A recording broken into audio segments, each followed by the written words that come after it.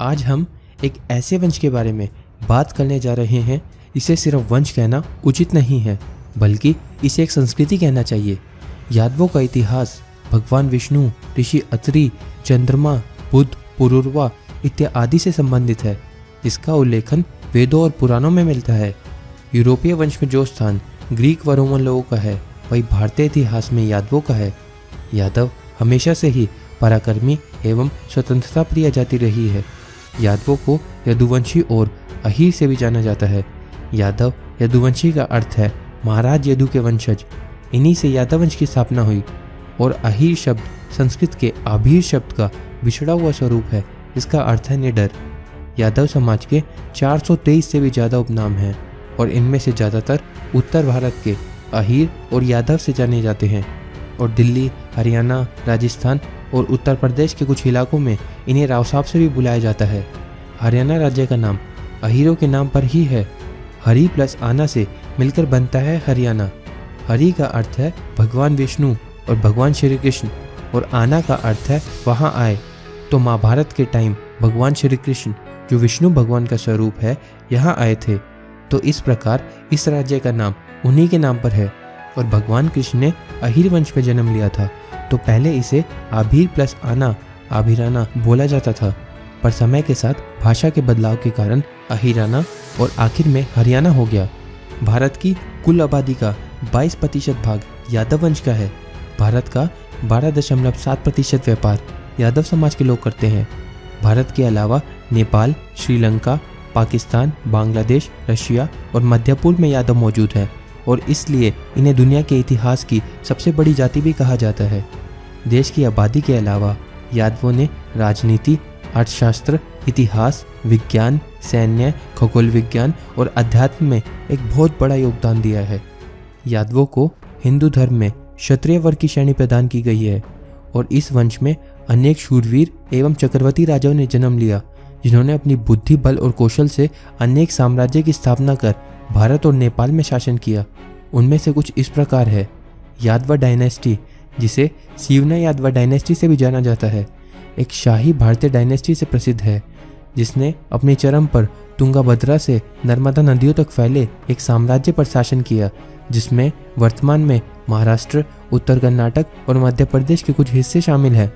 यादव वंश की राजधानी देवगिरी थी, जिसे आज वर्तमान में महाराष्ट्र में दौलताबाद से जाना जाता है। यादवों के राजा ही मैसूर के महान राज्य और नेपाल के शासक बने। उत्तर कर्नाटक और मध्य प्रदेश के अलावा इन्होंने पूरे महाराष्ट्र पर अपना शासन स्थापित किया। जम्मू कश्मीर के आभिसार में भी यादव वंश का ही शासन था, जिसका राज्य झेलम व चिनाब नदियों के मध्य की पहाड़ियों में स्थापित था, जिसे वर्तमान में जम्मू कश्मीर में पूंछ, राजौरी और नौशेरा से जाना जाता है। यादवों के दर्जनों से ज़्यादा साम्राज्यों और अनेक सदियों के शासन के अंश आज भी मौजूद है, और उनके द्वारा निर्मित प्राचीन धरोहर और साम्राज्यों के अवशेष आज तक भी मिलते रहते हैं। दक्षिण भारत के कई प्राचीन मंदिरों का निर्माण यादव राजाओं ने ही किया।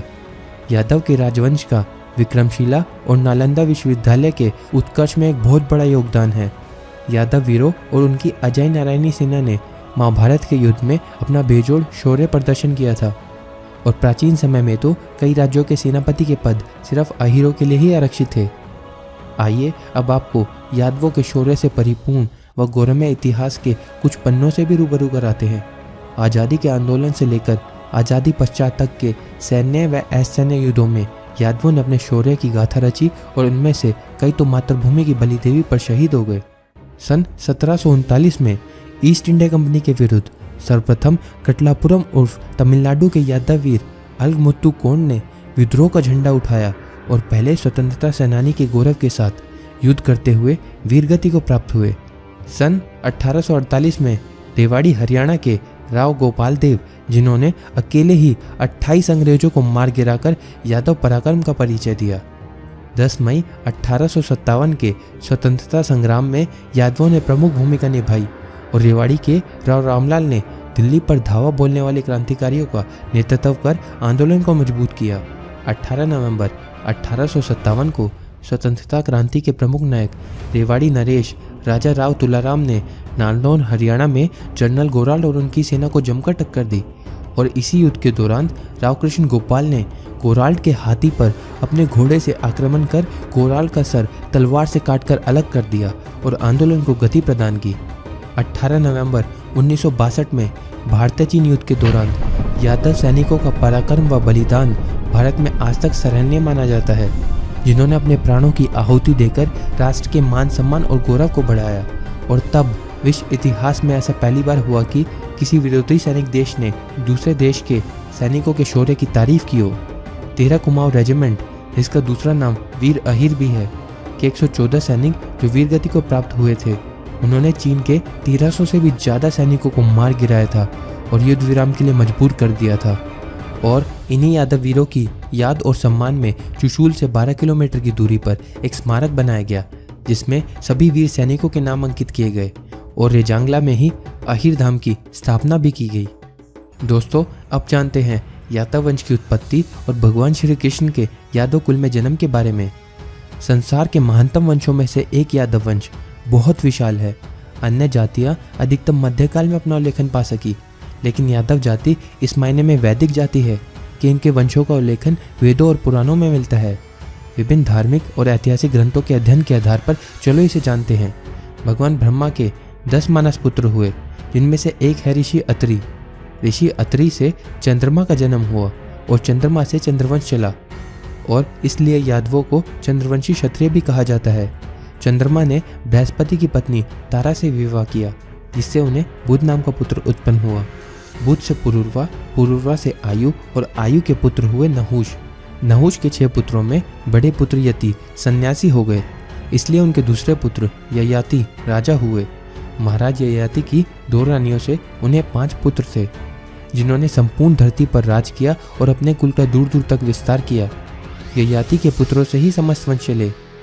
इन 5 पुत्रों में से राजकुमार पुरु में आगे चलकर पांडव हुए थे, और उनके सबसे बड़े पुत्र महाराज यदु से यादव वंश की स्थापना हुई। भगवान श्री कृष्ण का जन्म भी इसी वंश में हुआ। यदु के 4 पुत्रों में से उनके दूसरे पुत्र राजकुमार क्रोष्टा ने राज्य का अधिग्रहण किया और पहले यदुवंशी शासक बन गए, जिनकी करीब 11 पीढ़ी के बाद आए राजा विद्रभ। राजा विद्रभ ने दक्षिण विद्रभ राज्य की स्थापना की, और विद्रभ के 3 पुत्रों में विद्रभ के बाद कृत राजा बने, और फिर कृत की करीब 20 पीढ़ी के बाद आए राजा शातवत। इनके 6 पुत्रों में से 2 ने नेतृत्व किया, अंधक और वृषणी। अंधक वंश में आगे चलकर कंस का जन्म हुआ, और वृषणी में भगवान श्री कृष्ण ने अवतार लिया। वृषणी से देवमिद, देवमिद से सूरसेन, और सूरसेन से वासुदेव का जन्म हुआ, और वासुदेव से श्री कृष्ण का। जब जब धर्म ने अधर्म को नुकसान पहुंचाने का प्रयास किया है, तब तक भगवान ने अवतार लिया है। श्री कृष्ण के रूप में स्वयं भगवान विष्णु ने मनुष्य के रूप में अवतार लिया था, और श्री कृष्ण भगवान विष्णु के सबसे शक्तिशाली अवतारों में से एक है। यादव समुदाय का एक गौरवमय इतिहास और विरासत है, और जब जब जरूरत पड़ी है वह वीरता एवं शौर्य की गाथा रचते रहे हैं। दोस्तों, अगर आपको ये वीडियो पसंद आई तो लाइक करें, कमेंट करें और शेयर ज़रूर करें, और हमारा उत्साह बढ़ाने के लिए इस चैनल को ज़रूर सब्सक्राइब करें, जो कि बिल्कुल फ्री है, और साइड में नोटिफिकेशन बेल को ज़रूर दबा लें ताकि हमारी वीडियो के नोटिफिकेशन आप तक पहुँचते रहें। धन्यवाद दोस्तों, जय हिंद।